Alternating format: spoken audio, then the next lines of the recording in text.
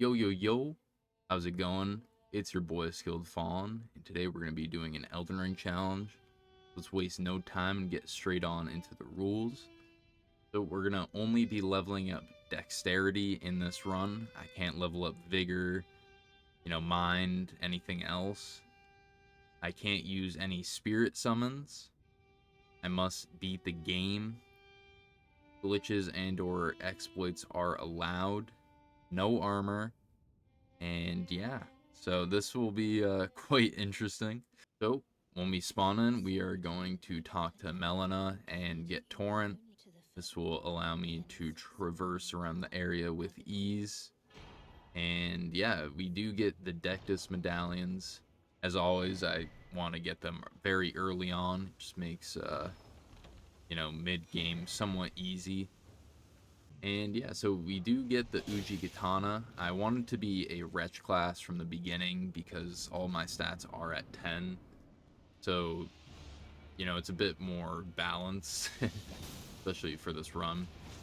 It's a bit easier to see too if I do accidentally level up something, or if I, did level up and I was trying to hide it, you could actually just see and know that I was not doing that. Obviously, we can use the various talismans to get levels, but we can't actually level up any, from Melina or from the Graces. But yeah, we do take down Margit, so we're going to head into Godric. I do really like Godric's fight. He is quite easy and simple and good for a lot of new players. And yeah, we get some nice staggers on him. And in his phase 2, he's going to whip out that dragon head.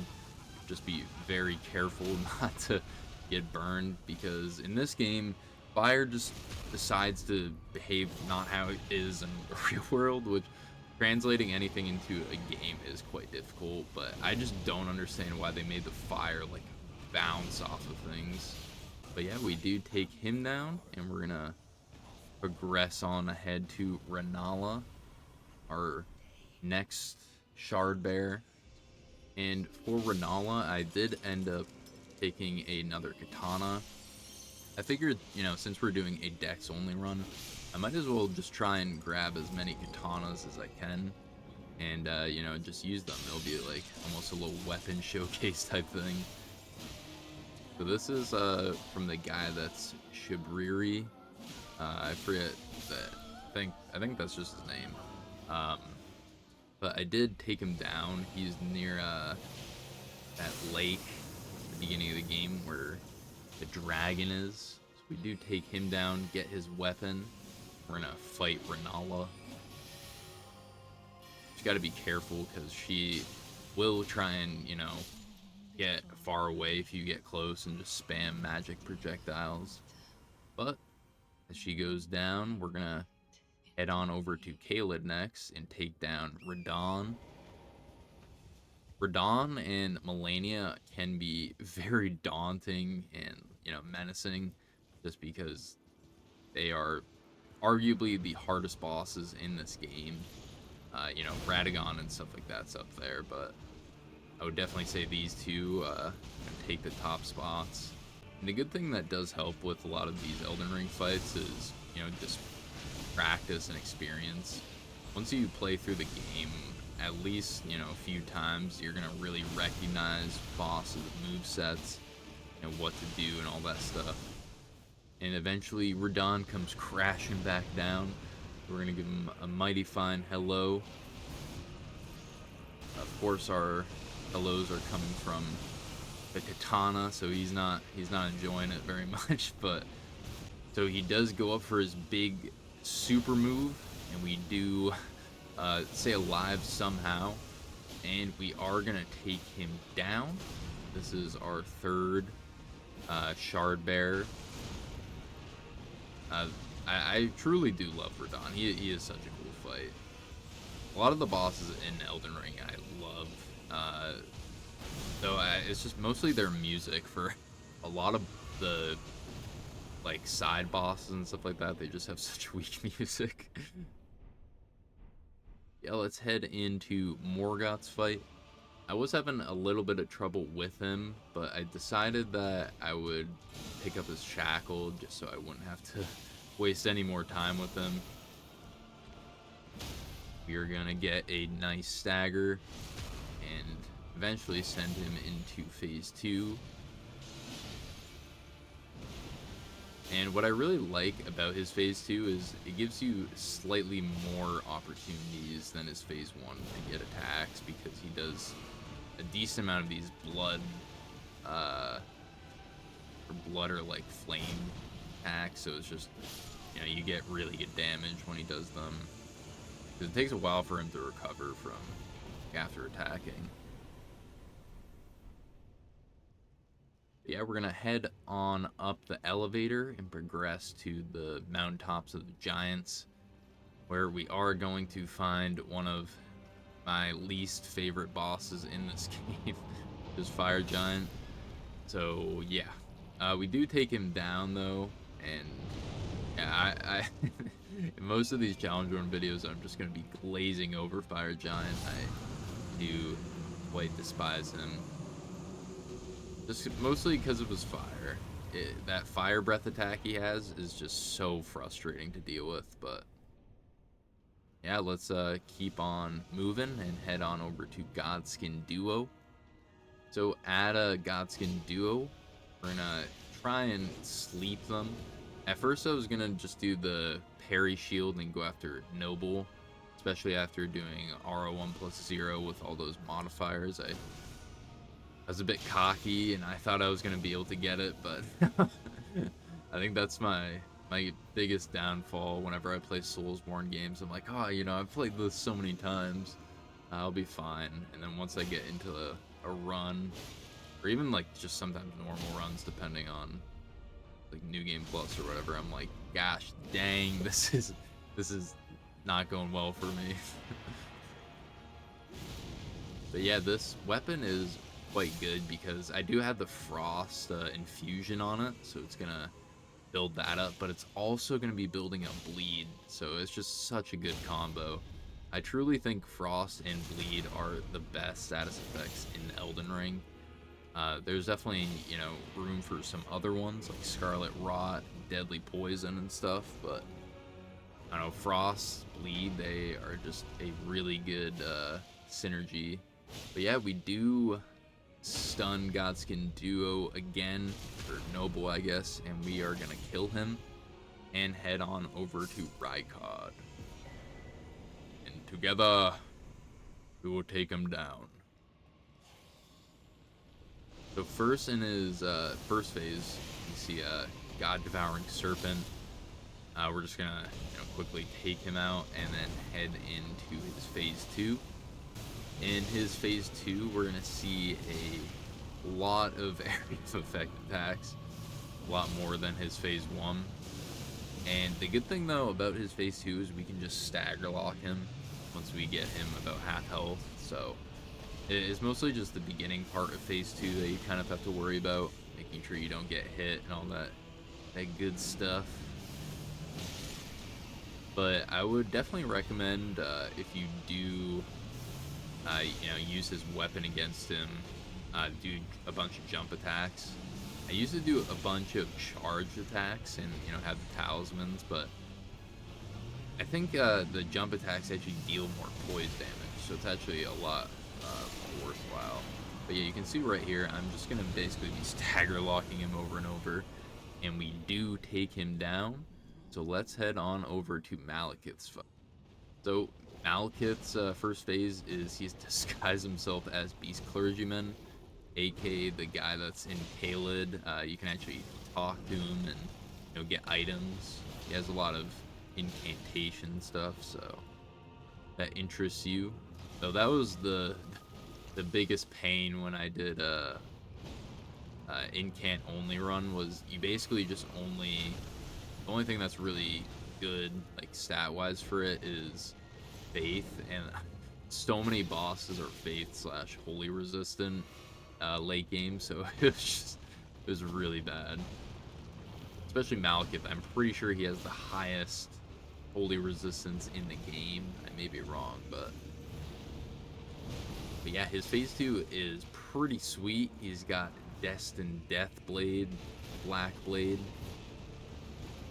And so we're just gonna obviously not try and get hit by that. If you do get hit, it'll whittle your health down. So yeah, we are going to take him down, and you can see I do get him deadly poisoned, which is the equivalent of Scarlet Rot. They deal very similar damage. I think deadly poison 2 may out-tick it, but it just doesn't last as long. I think that's the downside to it. But yeah, we're gonna head into a Godfrey's fight. Godfrey, first Elden Lord, such a Chad. He is one of those bosses that is just like so awesome to fight. I don't know how I didn't die there too, but I love all these very rhythmic bosses. He reminds me a lot of Sekiro, and especially after playing through Sekiro recently so many times, it's just he literally could be put in that game where you have to parry all of his attacks. I feel wouldn't go, you know, with the setting and stuff, but I don't know, just his move set and everything. I could see it. But yeah, we are going to eventually get him to phase 2, and his phase 2 just sucks just because you have to avoid his 20 million grab attacks that he does. Horaloo Godfrey just loves grabbing everyone that enters arena. And eventually we're going to dodge his grab attack, try and roll out of the way for his roar, but you know, sometimes you don't get everything in life, so I guess Horaloo wasn't feeling like giving it to me today. But we do take him down, and we are going to head into the Lake of Rot. This area, the only reason I really came here was for this katana. I did mention a little bit that I did want to try and get all the katanas, or at least most of them, in this run. So we are going to take down this Dragonkin soldier and get his weapon. And yeah, up next, I figured since I'm already down here, let's do Ronnie's quest line and, you know, just finish this off. I usually do the Frenzied Flame ending, the normal ending, or like the Rune of Death one. So yeah, why not do this one? And yeah, we're gonna head into Moog, Lord of Blood's fight. Usually my challenge runs, I will fight Moog the Omen 2, just because I really enjoy Moog's fight. Way more so than Margit and Morgott. And you know, get to showcase the new weapon, so it works out. And this weapon is going to be the perfect combo for Radagon and Elden Beast, just because Frost is the only status effect for Radagon, and Elden Beast, you know, his arena is in water, so you just get a ton of extra damage. You're going to send Moog into his phase 2 where he's yelling, and you can see if I had just slightly more stamina in like a second of time, I probably could have killed Moog right there. He was insanely close. But we are going to dodge his attacks and eventually get another stagger and take him down. And up next, we're going to take or face off against my favorite boss in this game, which is Malenia. And I do have a lot of bosses that I like and dislike, as you know, probably everyone else does, but I don't know, it's mostly just like I don't know how, it's just something about Malenia not Radagon. I actually despise Radagon. Something about Malenia and Radon that just, it draws me towards them, and I just enjoy their fights. But yeah, in some of my, or not even some, in most of my early runs, I would actually do a flawless Malenia run. I really wanted to get used to her moveset, and you know, the whole talk of the town was that she's like the hardest like From Software boss and just like boss in Elden Ring, so I want to really, you know, master her fight. And so yeah, some days or challenge runs nowadays, I won't flawless her depending on the run, like if it's tools only or something like that.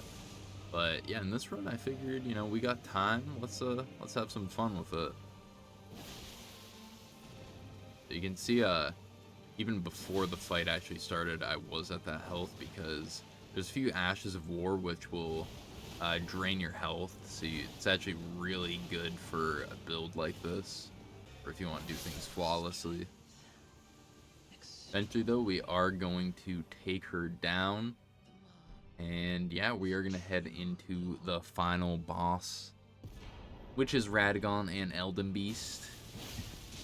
Which I'm very thankful I did RL1+0, but I'm also like, oh, please, I don't ever want to think or do that again. I think if I did do it again, it would be so much easier, but I just had such a hard time with Godskin Duo and Radagon and Elden Beast that it will just forever haunt me. But it did give me insanely good practice, so that's one thing I'll never take away from doing that challenge. But we are going to stagger Radagon and take him down and head on over to Elden Beast. And yeah, like I mentioned in Melania's fight, Elden Beast can be quite nice, especially with this weapon, just because we are in water, so we're getting slightly extra damage. You'll see too, when my weapon isn't buffed, we are going to be getting a little bit less damage. Eventually, though, we do get him low, and he's just flinging those saucers of light at me. But we're going to say, no, Elden Beast, no. You're not going to do that to me today. We're going to take you down. For some reason, whenever he does that flying attack too, it just completely glitches out. The game just doesn't know what to do. But yeah, we take him down with the dragon scale blade. Easily one of my favorite katanas now. You know, when I first did Elden Ring, I really enjoyed the Rivers of Blood. I think everyone did, but it was a wee bit overpowered. At least this is a little bit more fair, and it's a little bit more fun, and it's visually looks cooler in my opinion. So yeah, we're gonna summon Ronnie, and yeah, I'll talk about a few things. So yeah, expect a few Sekiro runs coming soon, a few Lies of P, more Elden Ring, and you know, I'll probably be doing another Nuzlocke run for Need for Speed soon, but I don't know, maybe like a couple weeks before Elden Ring DLC comes out. I'm trying to plan something for you know, that time frame. So I'm gonna have time off then. Um, but yeah, there's basically just gonna be a bunch of stuff coming out. Please, you know, if you guys have any feedback for me or criticisms, you know, don't hesitate. As long as you know you're not being mean about it, I will read through and, you know, reply. I always appreciate when you guys, you know, give me feedback and criticism. It, you know, helps to make my craft a little bit better. I know one of the criticisms is that I'd say a lot of filler words, so I've been trying to do uh, one video where I'm doing a script and the other one where I'm not using a script, just so I can see if you guys notice it and what you guys think. So yeah, definitely let me know your thoughts. But yeah, we are gonna, you know, finish off with Ronnie bringing in the moon. And yeah, I greatly appreciate you guys coming, watching the video, taking the time out of your day to help support me. And this is your boy Skilled Fawn. Try and do something kind for someone today if you can.